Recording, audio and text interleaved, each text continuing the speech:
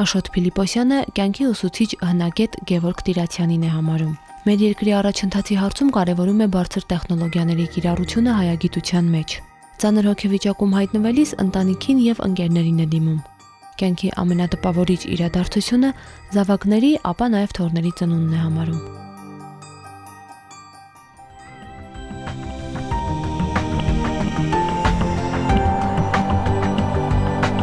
Շնորհակալ հեռուստաընկերության եթերում օր 6-րդն է եւ մեր տաղավարում այսօր հյուրընկալել ենք հնագետ Աշոտ Փիլիպոսյանին։ Ողջույն ձեզ, պարոն Փիլիպոսյան։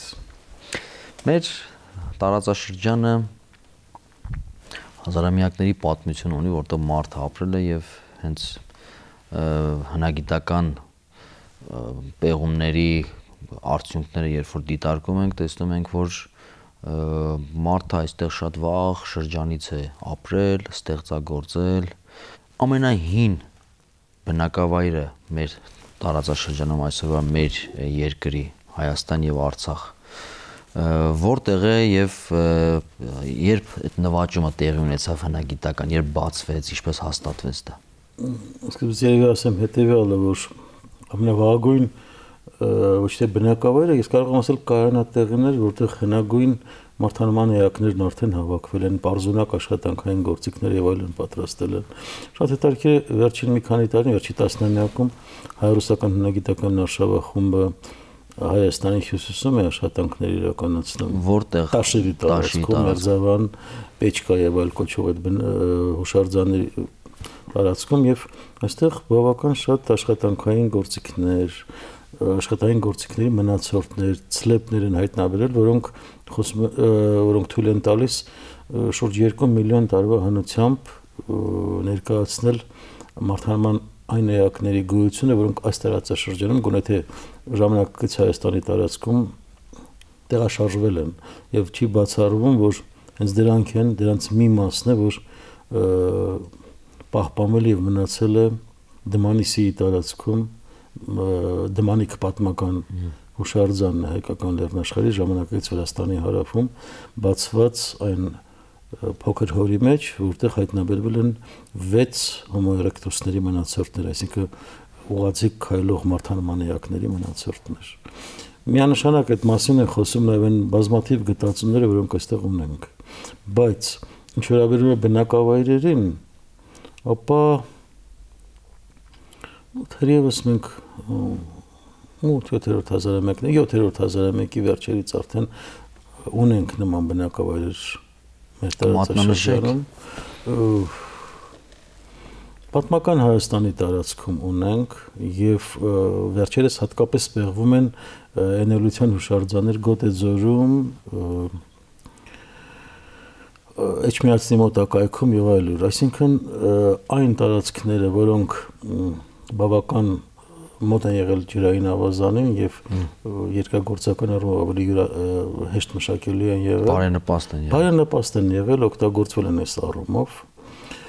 Ունենք այստեղ բնակավայրեր, պիտի ասել, որ այդ բնակավայրերը արդեն նստակյաց մարդկանց,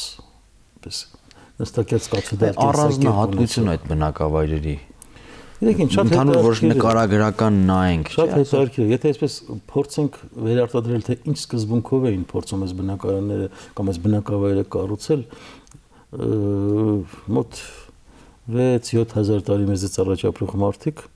փորձում էին բնակարանները կառուցել այնպես, որ մեկը մյուսին կից լինի։ Սա մի քանի խնդիր էր լուծում։ Մի բնակարանը կառուցում ես, մյուսը արդեն 3 պատն է ստեղադրում, հետո մյուսը 3 պատ, հետո այս կողմից 3 պատ, հետո այնպես է ստացվում մի պատ է ստեղադրում, արդեն եւս բնակարան է ստացվում։ Սա նախ հեշտացնում էր կառույցը, բնականաբար ֆիզիկական աշխատանքի հետ էր կապված։ Մյուս կողմից սա նաեւ ջերմային խնդիրներ էր լուծում ոչ բարենպաստ բնակլիմայական պայմանների ժամանակ։ Նաև ներքին անցումներ կային, որոնք թույլ էին տալիս նաև պաշտպանվել ոչ ցանկալի հարձակումների կամ բախումների ժամանակ։ Եվ ինչ որ իմաստով կարելի ասել ներքին համայնական կյանք էր ստեղծում։ Ինքը ստացվում է բնակավայր, այո, կից կառույցներից կազմված բնակավայր, որտեղ բնակվում էին մարդիկ, դժվար է ասել ինչ քանակությամբ։ Տեսեք, իմ պապերը ապրել են Փերիայի, այո, գավառում, Իրանի այսօրվա, այո, Պարսկահայքում։ Եվ ես ինքս անձամբ եղել եմ այնտեղ որոշակի օր մեր գյուղում եւ այդպիսի բնակավայր կամ այդպիսի կառուցվածք տների տեսել եմ, երբ որ մի բակի մեջ 4-5 եղբայր, բայց տարբեր մուտքերով տներում են ապրել, բայց ունեցել են մեկ ընդհանուր բակ եւ մեկը մյուսի հետ շփվել են այդ, այսինքն բակն է ավելի պատված եղել անջատելով մյուս արդեն բակերից, որտեղ էի դարձյալ ապրել են 4-5 անցումներ կային։ Ոչ միայն դա, եթե ուշադրություն դարձնենք լեռնային հատվածներում, կնկատեք, որ այստեղ 17-18-րդ դարում արդեն միջնադարի վերջում նոր շրջանում բնակարանները կառուցում էին դարավանդատիպի, այսինքն մեկի տանիքը մյուսի հատակներ է, դա եւ թույլ էր տալիս յուրացնել այդ ամբողջ տարածքը առանց վնասելու մշակովի հողատարածքները, մյուս կողմից ներքին անցումներ կային, որոնք թույլ էին տալիս դարձյալ պաշտպանական խնդիրներ լուծել, ջերմային խնդիրներ լուծել, այսինքն միանշանակ միշտ էլ 6000 տարի առաջ թե 200 տարի առաջ ջերմության խնդիրը, պաշտպանվելու խնդիրը, փոխօգնելու խնդիրը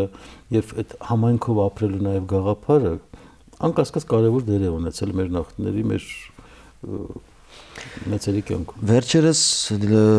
այդպես տեղեկատվություն տարածվեց, որ Ագարակ գյուղը բավական հին բնակավայր է, նույնիսկ անցնում է եգիպտական բուրգերի, ինչ կասեք դրա մասին։ Եգիպտական բուրգը նկատի ունեք Աշտարակի Ագարակը, Աշտարակից հեռու գտնվող Ագարակը։ Ագարակը շատ հետաքրքիր հուշարձան է, շատ կարևոր հուշարձան է, այնտեղ պեղումներ են կատարում հնագիտական արշավախումբը Պավել Ավետիսյանի գլխավորությամբ, ղեկավարությամբ, աշխատանքները շատ հետաքրքիր արդյունքներ են տվել։ Մի քանի հնագիտական շերտեր կան այնտեղ, վաղ բրոնզի ժամանակաշրջանին վերաբերող, պարբերաշրջանին վերաբերող կամ միջին բրոնզեդարյան, ուշ բրոնզի վաղ երկաթի շերտեր կան, շատ լավ անտիկ ժամանակահատվածին վերաբերող նյութեր կան եւ այլն, այսինքն բարբերաբար այս տարածքն օգտագործվել է եւ քանի որ տարածքը տուֆային նստվածքներ են, մշակելի քարը, նաեւ մշակվել է այն ինչ որ ձևով նաեւ ծիսապաշտամունքային առումով օգտագործելով։ Շատ հետաքրքիր է, որ կառույցի մեջ նաեւ ուրարտական ժայռափոր դամբարան կա, տուֆի մեջ փորված, որը ըստ էության 8-7-րդ դարի սահմանագծին պիտի որ վերաբերի եւ ցույց է տալիս, որ այս տարածքը բարբերաբար օգտագործվել է։ Ավելացնեմ, որ 17-18-րդ դարի արդեն մեր ժամանակներին մոտ նաեւ հնձանների հետքեր կան, թաղումների փորված ուրեմն գերեզմանների, տուֆի մեջ փորված գերեզմանների մնացորդներ կան։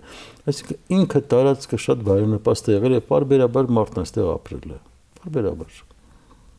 Խոսել որ դա եգիպտական բուրգերից հին է կամ ավելի կատարյալը, ես մի փոքր դժվարանում եմ նման գնահատական տալ, որովհետեւ հնագիտական յուրաքանչյուր հուշարձան, հնագիտական յուրաքանչյուր գտածո յուրովի արժեքավոր է։ Այդպես չէի փորձի համադրել եգիպտական բուրգերին կամ չգիտեմ ամերիկյան հնդկացիների բուրգերին կամ խեթական տաճարներին, ամենի հուշարձան հետաքրքիր է յուրովի եւ տեղեկատվությունն, որը մյուսը չի ամփոփում։ Յուրաքանչյուր հուշարձան կամ յուրաքանչյուր գտածո, որ հայտնաբերում ենք, բնականաբար խոսում է տվյալ ժամանակաշրջանի մարդու պատմական փորձառության, մտավոր զարգացվածության աստիճանի, հոգևոր ընկալումների, հետաքրքրությունների, ինչ է փոխվել գալով մինչև մեր օրերը։ Ըստ էության, եթե այդպես վերցնենք, եւ սրանից 3.5-4 տարի առաջ եւ այսօր էլ մարդու հիմնական խնդիրը կեցության խնդիրն է, բայց եւ այն ժամանակ եւ այսօր էլ այդ գեղագիտական ձևավորում տալը, աշխատելը, կատարելագործելն իր աշխատանքը ամենաառաջնայինն է, որ միշտ էլ եղել է։ Այն մեզնից 3-4-5 տարի առաջ իր չափով այժմ յուրովի, բայց միշտ ամենակարևորը դա ստեղծածը կատարելագործելու ընթացքն է, որ ես տեսնում եմ։ Շատ հետաքրքիր է, ի տարբերություն մեր ժամանակների, երբ պեղում ենք վաղ շրջանի հուշարձան կամ դամբարաններ, ինձ համար միշտ յուրաքանչյուր հուշարձանի բացումը կարծես թե նորի հայտնություն է։ Ինչու՞։ Որովհետև չկա այդ համատարած ստանդարտը, արտադրանքը, յուրաքանչյուր աշխատանք արված է ձեռքով եւ ցանկացած փոքրիկ հուշարձանում, ցանկացած բնակարանի սենյակներից մեկում, ցանկացած դամբարանային համալիրում, դամբանախցում կամ սալի տակ կարող ես հանդիպել իր, որը ոչ մեկում այլևս չկա։ Մարդկային ձեռքի, մտքի, երևակայության եւ նաեւ ցանկությունների արդյունք է այս բոլորը, որը հանդիպում է։ Հիմա էլ դա կա։ Հիմա էլ դա կա արվեստի մեջ, մշակույթի տարբեր ոլորտներում, ճշգրիտ գիտություններում նաև, բայց զարգացումը իհարկե մակարդակով շատ ավելի բարձր։ Խորհրդային շրջանում հնագիտական պեղումներ, հնագիտական ուսումնասիրություններ արվում էին գիտական բարձր մակարդակով, տպվում էին տեղեկագրեր, ամսագրեր, գիտական հանդեսներ եւ այլն։ Մեր երկրի անկախացումից հետո բնականաբար օբյեկտիվ պատճառներով մի փոքր ընդհատվեց այդ շրջանը եւ այնուհետեւ նորից սկսեց թափ հավաքել։ Այսօր մեր ուշադրությունը հնագիտությանը, հնագիտական հուշարձանների հայտնաբերմանը եւ ամենակարևորը պահպանմանն ու ցուցադրությանը ինչպիսի մակարդակի վրա է գտնվում։ Գիտեք ինչ, իսկապես խորհրդային շրջանում ֆինանսավորման, հուշարձանների պեղման որոշակի այսպես կարծես թե առավելություն կար, սակայն այս փուլում անկախ Հայաստանի պայմաններում կամ մեկ այլ շատ ավելի հետաքրքիր գործընթաց դա համատեղ միջազգային հնագիտական արշավախմբերի աշխատանքներն Հայաստանի տարածքում, հայ-ֆրանսիական, հայ-իտալական, հայ-լեհական, հայ-ռուսական եւ այլն արշավախմբեր, որոնց հետ համագործակցել է, որոնց փորձին հաղորդակցվել է, որոնց առաջատար եւ կարևոր աշխատանքային եղանակային հաղորդակից լինելը, տեխնիկայից օգտվելը շատ ավելի լուրջ տվյալներ է տալիս։ Եվ այդ առումով ես կարծում եմ, որ մենք որևէ այսպես հետընթաց չունենք եւ համագործակցությունը նաեւ դրսից ֆինանսական օժանդակություն է բերում։ Կարող եմ ասել նաեւ, որ կրթության եւ գիտության նախարարության գիտության պետական կոմիտեից ծրվող դրամաշնորհները, ինչպես նաեւ երբեմն նաեւ կառավարությունից հատկացվող միջոցները, որոնք տրվում են ակադեմիական ինստիտուտներին, հատկապես այս ոլորտի ինստիտուտներին,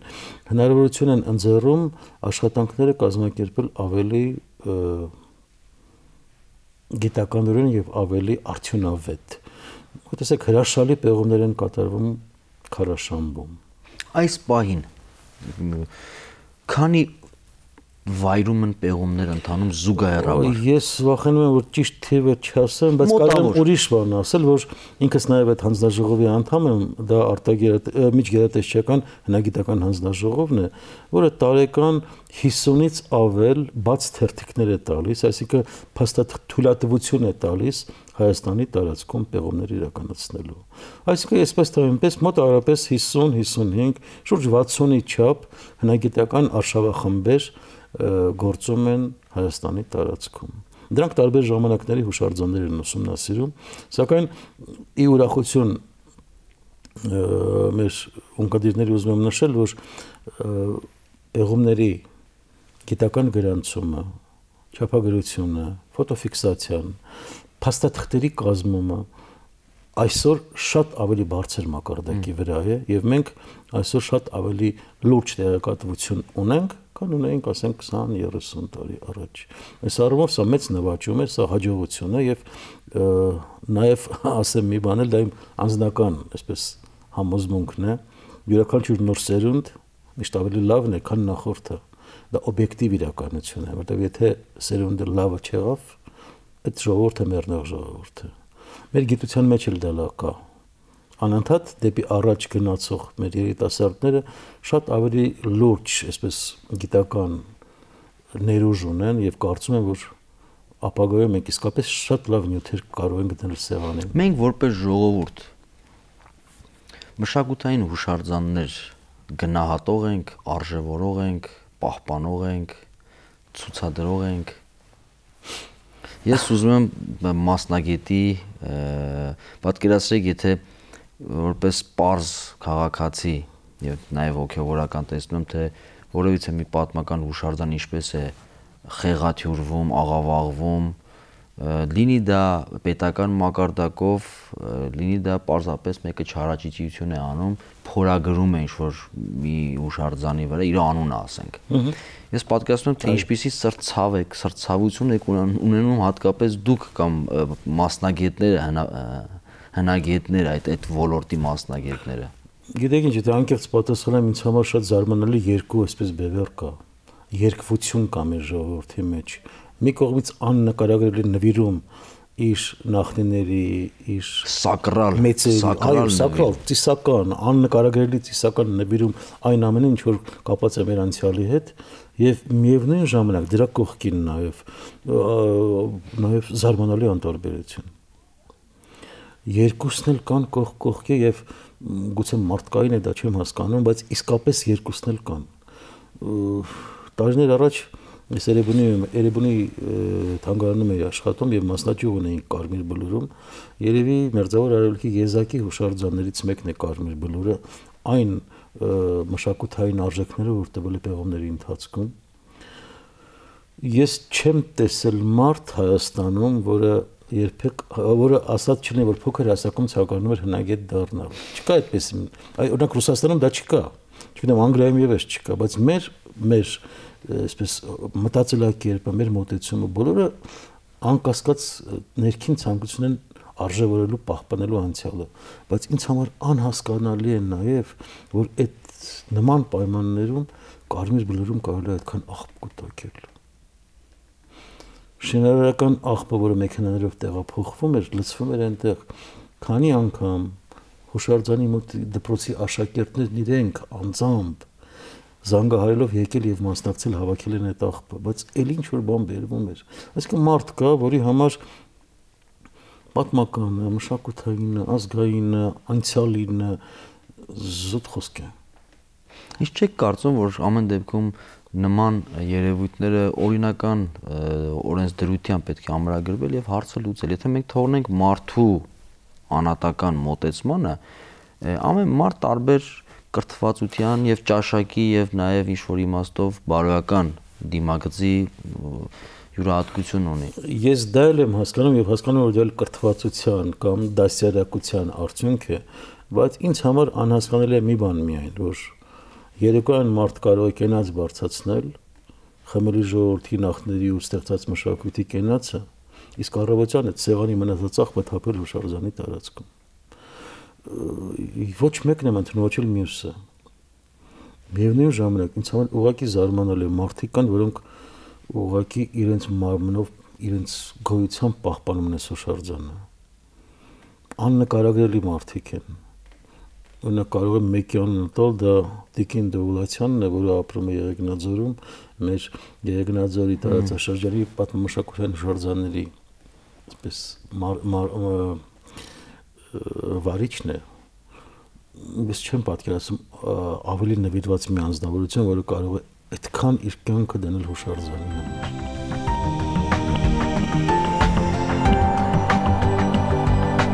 Հետաքրքիր է իմանալ, թե այս վերջի շրջանում ինչ նորություն ունենք հնագիտական, որ տարածաշրջաններում են այս պահին հնագիտական արշավախմբերը պեղումներ անում եւ վերջին հայտնագործությունները ինչ իմ լավ գործընկերները եւ Հայաստանի հնագետները իսկապես բոլորը հրաշալի նոր շատ լավ գտածոներ ունեն եւ շատ նոր հայտնագործություններ ունեն, որոնց վրա աշխատում են։ Չեմ ուզում առանձնացնել բոլորին, հրաշալի պեղումներ է կատարում Բորիս Գասպարյանը, շատ լավ արդյունքներ ունի Ռուբեն Բադալյանը, որը առատաշերնում է պեղումներ անում, Էնորության Վաղբրոնզադարյան հուշարձաններ է պեղում, Պավել Ավետիսյանի մասին չեմ էլ ուզում խոսել, որովհետև մի քանի հուշարձաններ ըստ էության այսպես ուշադրության եւ Արշավախմբի ղեկավարն է հնագիտության ինստիտուտի տնօրենը, նշեցի Քարաշամբի մասին, հրաշք հուշարձան է, որը գեզակիներից մեկը կարող է դառնալ ողջ Մերձավոր Արևելքում։ Բոլորը միջնադարի մասնագետները։ Ինչ վերաբերում է իմ աշխատանքին, ես էլ մեծամորում եմ պեղումներ անում եւ անցյալ տարի համատեղ լեհերի հետ աշխատեցինք եւ ինչն է հետաքրքիր, որ մեզ թվում էր թե Միջնաբերդից դուրս քաղաքային թաղամասում այլևս այսպես հոյակերտ մոնումենտալ կառույցների դժվար թե հանդիպենք, զարմանալիորեն անցյալ տարի պատմությունների ընթացքում շատ հետաքրքիր սենյակներ են բացում հրաշալի նյութով, որի արդյունքները կարժևորվեն երևի նյութերը հավաքելուց եւ մեկնաբանելուց։ Դեռ ավարտված չէ։ Ավարտված չեն։ Այս տարի համատեղ լեհերի հետ միասին պիտի շարունակենք այդ պեղումները եւ աշխատանքներ կատարենք նաեւ զորաց քարերում։ Հնագիտության եւ քաղաքականության հարաբերակցությունը ինչպիսին է։ Ես ուզում եմ մի պարզ օրինակ բերել։ Մենք Տիգրանակերտ բնակավայրը բացահայտեցինք, զուտ հայկական, այդպես է, ապացուցված է 2005 թվականին իմ շատ սիրելի գործընկեր Արշավախմբի ղեկավար եւ նվիրյալ անձնավորություն Համլետ Պետրոսյանն հետ եղել եմ Տիգրանակերտում 2005-ին։ Քաղաքական առումով սա ինչ կարող է մեզ տալ։ Մեծագույն հաջողություն է սա։ Եւ միայն սա չէ, Արցախում տարբեր տեղերում, ինչու՞ միայն Արցախում։ Մեծագույն նվաճում է եւ իսկապես հետաքրքիր փաստ, ոչ միայն այն առումով, որ բացվել է հուշարձանը, որ այդ հուշարձանը գալիս է հաստատելու մեր պատմիչների խոսքի ճշմարտացիությունը, արժեքը, որ մարդիկ հենց այնպես չի, որ ստեղծել են այդ գրավոր մատյանները, որոնք բարբերաբար մեր գոյության նաև հիմքն են հանդիսացել։ Այո, նյութական մշակույթը գալիս է գրավոր սկզբնաղբյուրներին վկայելու եւ հակադարձը, հակառակը։ Եվ այս երկուսի արդյունքում մենք իսկապես ունենք մեծագույն արժեք։ Չեմ ուզում նաև այսպես թողնել ստվերում Համլետ Պետրոսյանի պեղած Վաղմիջնադարանի եկեղեցին հենց Տիգրանակերտի մոտ, որտեղից հայտնվելուց կավե սկավառակի վրա Վաչագան թագավորի անունն է գրված հայերեն։ Ցանկացած ադրբեջանցի, ցանկացած թուրք, ցանկացած չգիտեմ ով ուզում է լինի, ինչ էլ ասի։ Մենք փաստ ունենք, մենք նյութեր ունենք պեղած, մարդիկ չարչարվել են դրա համար, հրատարակում են դա, եւ սա ավելի մեծ կռվան է եւ հաղթանակ, քան ցանկացած ավելորդ խոսակցություն, որը կարող է ինտերնետում եւ այլտեղ կատարվել։ Փաստը սեղանի վրա է։ Թանգարանն է կանգուն, հուշարձանն է երևում։ Ես չեմ կասկածում, որ վաղը նաեւ եւ ցանկանում որ Աստված օգնի այս հարցում նաեւ Համլետ Պետրոսյանը նաեւ արձանագրություն կպեղի այստեղ եւ միանշանակ հարցը པարզ կլինի։ Այո, դա մեծագույն նվաճումներից մեկն է։ Ձեր գործն եք անում հնագետները բարձր մակարդակով, բայց պահպանողները դուք չեք։ Կա մեկ այլ գերատեսչություն, որը զբաղվում է պահպանությամբ։ Այդ ինչպիսի խնդիրներ ունենք այս ոլորտում։ Նախ ասեմ, որ ես ինձ այդ գերատեսչության աշխատողներից մեկն եմ, ոչ միայն հնագետ եմ, նաև պատմամշակութային արխեոլոգիայի, այսինքն համատեղել եք։ Եվ պատմական միջավայրի պահպանության ծառայության գիտական գծով փոխտնօրենն եմ։ Մեր 11 մարզային ծառայությունները զբաղվում են պետական հուշարձանների պահպանությամբ, որոնց թիվը 19000-ից ավելի է։ Հայաստանում շուրջ 25000 փաստված հուշարձաններ կան։ Դրանց մի մասը մասնավոր, մյուս մասը համայնքային պատկանելության են։ Մենք 19000-ից ավել հուշարձանների պահպանության հարցերով ենք զբաղվում։ Անկասկած այս աշխատանքներում կա եւ լավը եւ կա թերացումներ, որոնք պետք է ուղղել, բայց միանշանակ կարող եմ ասել, որ բոլոր մարզային ծառայություններն էլ հիմնականում իրենց աշխատանքներն ուղղորդում են հուշարձանների պահպանության խնդիրներին։ Բնականաբար մենք հարուստ երկիր չենք, իսկ հնագիտությունը եւ հուշարձանների պահպանությունը նաեւ հարուստ երկրի այսպես մենաշնորհներից մեկն է հանդիսանում եւ մենք ստիպված ենք մարզային ծառայության մեր փոքրաթիվ աշխատակիցներին գցել մի քանի տասնյակ հուշարձանների, որի հարուստ երկիր չենք, բայց կարող ենք մշակել խստագույն օրենքներ հենց այդ դաշտը կարգավորելու առումով։ Համաձայն եմ, որ մեծ ֆինանսներ են անհրաժեշտ դրանք պահպանելու եւ նաեւ ցուցադրելու առումով։ Մենք կարող ենք նաեւ օրենքով խնդիրը լուծվում է, բայց առաջին օրենքի պահպանությամբ։ Օրենքի պահպանությամբ, այո։ Իսկ օրենքի պահպանությունը դա կրթվածության աստիճան է։ Եթե մենք ունենանք այդ դասյարակության կրթվածության մակարդակը ընդհանուր, ապա օրենքն էլ կգործի։ Ես չեմ կարծում, որ մենք վատ օրենքներ ունենք, բայց կա անհամեմատության օրենքի եւ դրա կիրառության միջեւ։ Երկրորդ խնդիրն էլ ասեմ, այդ տեսեք հիմա շատ ավելի խնդիր կա, որ կապված է հնագիտական արժեքների պահպանության հետ։ Դուք կարող եք վերնիսաժ գնալ կամ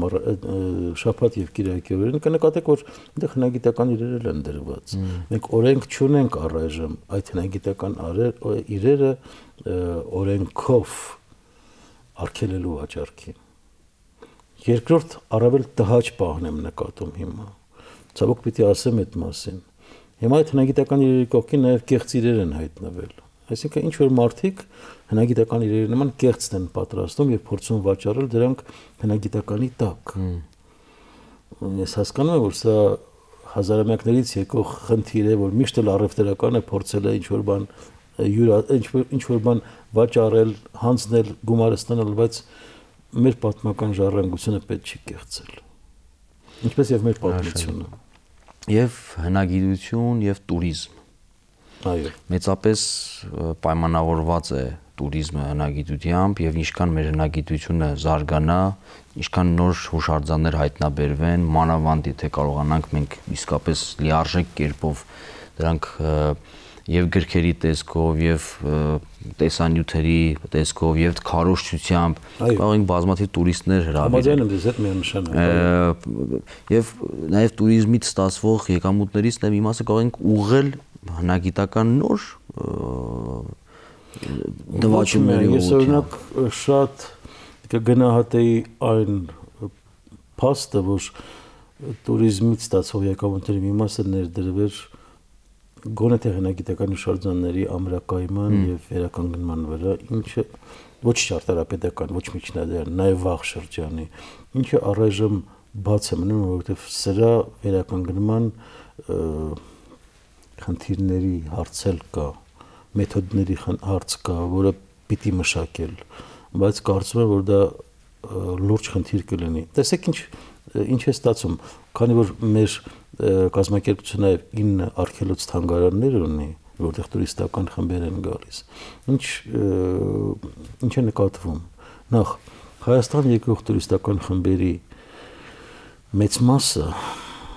40-50 եւ ավելի տարիքի անձինք են։ Այսինքն եթե մենք այսպես ստատիստիկ հաշվարկներ անենք, Հայաստան գալիս են տարեց մարդիկ։ Երիտասարդը գնում է ծովափ։ Գալիս են մարդիկ, որոնք շփվել են պատմությանը, որոնք կարդացել են, որոնք ծովափից հոգնել են, հիմա էլ արդեն։ Գուցեև հոգնել են ծովափից, բայց որոնք նաև, ասենք, Աստվածաշունչ են կարդացել, որոնք պատմական գրքեր են կարդացել, որոնք ծանոթ են այս տարածաշրջանին։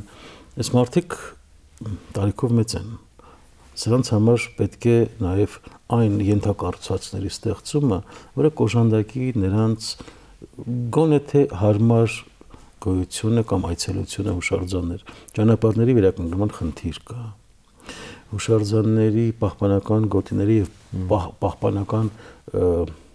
ցանկապատերի կառուցման խնդիր կա։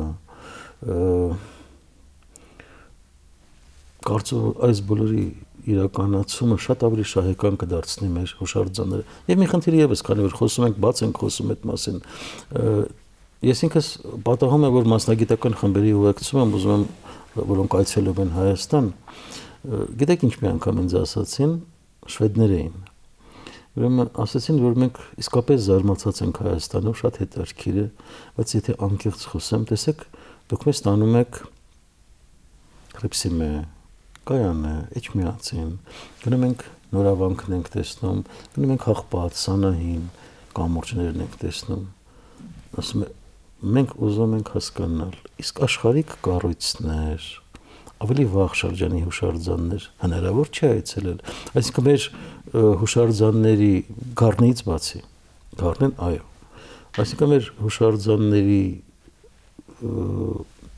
Գառնեն աշխարհիկ չէ, Գառնեն աշխարհիկ չէ, բայց քրիստոնեական չի։ Այո։ Այ հնարավոր։ Բայց մենք ունենք կամսարականների ամրոցը։ Թալինի մոտ։ Այո։ Մենք ունենք Ամբերտ, այո, մենք ունենք Բջնի ամրոցը եւ այլն, որոնք իսկապես բեղվելուց բացի նաեւ վերականգնման խնդիրներ ունեն իրենց մեջ։ Այսինքն Հայաստանը իսկապես պատմամշակութային հարուստ ժառանգության տեր է, բայց հավանաբար այն այրերը, որոնք տուրիզմի խնդիրներն են մշակում, գուցեև կարողանան իրենց ծրագրերի մեջ այնպիսի ուրեմն համամասնություն դնել կամ հաշվարկել, որ ճարտարապետական եկեղեցական կառույցներից զատ նաև լինեն կառույցներ, որոնք հետաքրքիր կլինի այցելը միանշանակ եւ Սանայինը եւ Աղբատը եւ Էջմիածինը առաջնային են, անկասկած։ Ինձ համար էլ լինելով վաղ շրջանի մասնագետ, ես իմ հյուրերին առաջին հերթին Էջմիածին եմ տանում։ Իհարկե։ Դա այնտեղն է, որ մեզ պահել է, հավատն է մեզ պահել, վերջի։ Մեր լուսահոգի Գարեգին առաջինն ասում էր Էջմիածինը հուշարձան չէ կամ եկեղեցին հուշարձան չէ, կամ եթե նույնիսկ կառուցված է ինչ-որ պատմական շրջանում, որը ինչ-որ հիշատակ է այդ շրջանից կառուցված, բայց նայում է դեպի ապագան, նայում է դեպի եւ Էջմիածին նաեւ առաքելություն է, որ այսօր իր կյանքում կատարում է։ Այ հնագետը, երբ որ 21-րդ դարում բացահայտում է մի բան, որը վերաբերում է լավ վաղ անցյալին, այդ կապ տեսնում եք անցյալի, ներկայի եւ դեպի միտված ապագա։ Ես չեմ կարծում, որ ցանկացած ժամանակում ապրող մարդը անհավատ է եղել։ Ուղղակի չունենալ հավատ, դա նշանակում է չունենալ մարդկային ամենակարևոր հատկանիշներից մեկը։ Հավատացեք ձեր նպատակին, ձեր ապագային, ձեր երեխաներին, ձեր մեծերին, ձեր հոգևոր պատկերացումների այդ ամբողջ համակարգին, որ կա, բարձրալին, առանց հավատի, տեսեք, մեր միջից փորձեցին խորհրդային տարիներին այդ հավատի մի մասը հանել։ Ես ինքս անկեղծ գտնում եմ, որ ես անգրագետ եմ քրիստոնեական դաստիարակության հարցում։ Ես գտնում եմ, որ երիտասարդ ծերունդը շատ ավելի դաստիարակված է այս առումով, հաջորդ ծերունդը շատ ավելի դաստիարակված կլինի,